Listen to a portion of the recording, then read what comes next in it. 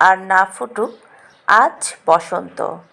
আসসালামু আলাইকুম everyone, Ruma cooking house থেকে সবাইকে স্বাগত জানিয়ে আমি রুমা আপনাদের সামনে আরও একবার হাজির হয়ে গেলাম নতুন একটি রেসিপি নিয়ে। আশা করছি যে যেখান থেকে আমার ভিডিওটা দেখছেন সবাই অনেক অনেক ভালো আছেন। 1 কাপ গুঁড়ো দুধ দিয়ে মাত্র 10 মিনিটের মধ্যেই এই দুধের সন্দেশটি কিভাবে তৈরি করলাম সেটাই আজকে আমি আপনাদের সাথে শেয়ার করব। এই মজাদার ইয়ামি রেসিপিটি তৈরি করতে দুধের সাথে আর কি কি উপকরণ দিলাম সেটাই এখন চলুন দেখে নিই। যারা এখন আমার চ্যানেলটি সাবস্ক্রাইব করেননি প্লিজ আমার চ্যানেলটি সাবস্ক্রাইব করবেন এবং পাশে থাকা বেল আইকনটা অবশ্যই প্রেস করে রাখবেন, তাহলে এই রকম নতুন নতুন রেসিপির আপডেট নোটিফিকেশন সবার আগে আপনাদের কাছে পৌঁছে যাবে।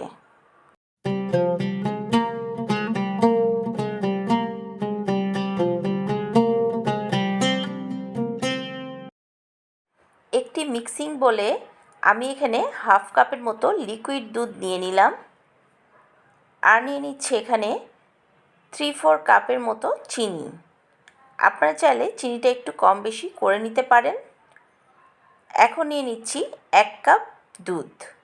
আমি এখানে ডিপ্লোমা গুঁড়ো দুধ ইউজ করছি, আপনারা চাইলে যে কোনো ব্র্যান্ডের দুধই নিতে পারবেন। তো এই তো একটি চামচ দিয়ে নাড়াচাড়া দিয়ে নিচ্ছি। আপনারা চাইলে এই কাজটা যে হাঁড়িতে রান্না করবেন সেই হাঁড়িতেও করে নিতে পারেন। তো এখানে দিয়ে দিচ্ছি ফুড কালার। আমি এখানে রেড ফুড কালার দিয়ে দিচ্ছি 1 ফোঁটা, লাগলে আরও 1 ফোঁটা আমি দিয়ে দেব। তো আমি এখানে একটা কালার আনতে চাচ্ছি পিঙ্ক কালার। তো এই তো কালারটা দিয়ে মিক্সড করে নিচ্ছি। আমি এখানে আরও 1 ফোঁটা দিয়ে নিয়েছি।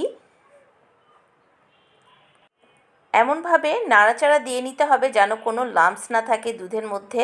আর দিয়ে দিচ্ছি এখানে 1 চা চামচ এলাচি গুঁড়া। আপনারা চাইলে আস্ত এলাচিও দিতে পারেন। এখন চলে যাব সরাসরি রান্না করতে। এই তো আমি একটা ফ্রাই প্যান নিয়ে নিয়েছি, তাতে সব মিশ্রণটি দুধের মিশ্রণটি দিয়ে দিচ্ছি। চুলোটা মিডিয়াম টু লোতে রেখে এখন একটি চামচের সাহায্যে অনবরত নাড়তে হবে। নাড়ানো কিন্তু থামানো যাবে না। এইরকম 5 থেকে 6 মিনিট নাড়তে থাকতে হবে আর এরকম ঘন হয়ে আসা শুরু হবে। এরকম নাড়তে নাড়তে এক পর্যায়ে দেখবেন এরকম ঘন হয়ে এসছে। এখন আমি দিয়ে দেব এর মধ্যে 1 চা চামচ বাটার। আপনারা চাইলে এখানে ঘিও ব্যবহার করতে পারেন, কিন্তু তেল দেওয়া যাবে না।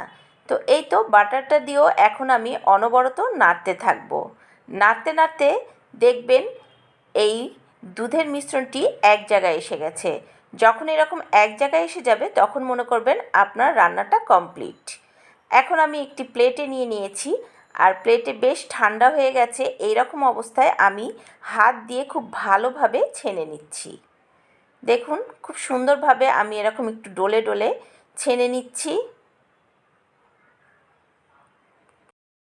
হাত দিয়ে এরকম 5-6 মিনিটের মতো মথে নিতে হবে এই দুধের মিশ্রণটি। দেখুন হাতে আর লেগে যাচ্ছে না, তখনই ভাববেন যে এটা আপনার মাখানো হয়ে গেছে। এখন হাতের সাহায্যে আমি এরকম গোল গোল করে কয়েকটি বল তৈরি করে নেব। এই তো বলগুলো তৈরি করা হয়ে গেছে। এখন আমি এই বলগুলোকে হাতের সাহায্যেই গোল গোল করে নেব। দেখুন আমি সব বলগুলো তৈরি করে নিলাম এইভাবে। এখন আমি ছাঁচের সাহায্যে এই সন্দেশগুলো তৈরি করব। আমি এরকম ছাঁচ নিয়ে নিয়েছি, তাতে তেল ব্রাশ করে নিয়েছি। তো এইভাবে চেপে চেপে একটি করে বল নিয়ে এই সন্দেশগুলো তৈরি করতে হবে। এই ছাঁচগুলো কিন্তু যে কোনো সুপার মলেই পাওয়া যায়। 5 টাকা থেকে 10 টাকা করে দাম, আপনারা চাইলে কিনে নিতে পারেন। তো দেখুন খুব সহজেই আমি একটি সন্দেশ তৈরি করে নিলাম।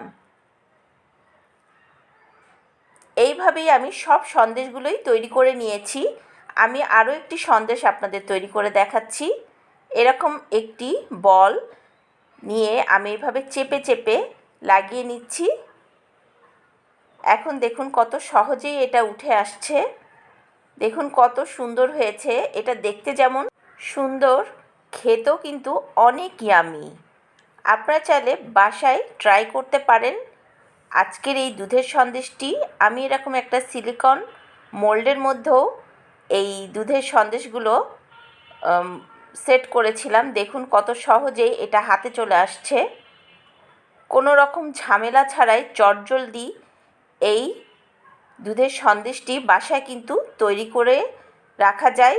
বাচ্চারা তো পছন্দ করবেই, বড়রাও কিন্তু খেতে খুবই পছন্দ করবে।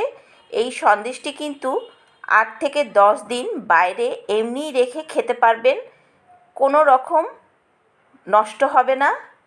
তো আজকের এই রেসিপিটি আপনাদের কাছে কেমন লাগলো?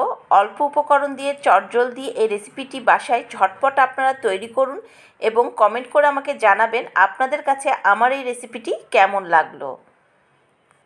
আজকের রেসিপিটি যদি ভালো লেগে থাকে তাহলে অবশ্যই আপনাদের ফ্রেন্ড এবং ফ্যামিলির মাঝে শেয়ার করতে ভুলবেন না। আর যারা সাবস্ক্রাইব করেছেন তাদেরকে অসংখ্য ধন্যবাদ জানাই। আর যারা সাবস্ক্রাইব করেনি প্লিজ আমার চ্যানেলটি সাবস্ক্রাইব করার অনুরোধ রইল। এরকম নতুন নতুন রেসিপি পেতে অবশ্যই আমার চ্যানেলটি সাবস্ক্রাইব করে রাখতে ভুলবেন না। সবাইকে বসন্তের শুভেচ্ছা জানিয়ে আমি বিদায় নিচ্ছি। সবাই ভালো থাকবেন, সুস্থ থাকবেন। আবার দেখা হবে নতুন কোনো রেসিপি নিয়ে। আসসালামু আলাইকুম, আল্লাহ হাফেজ।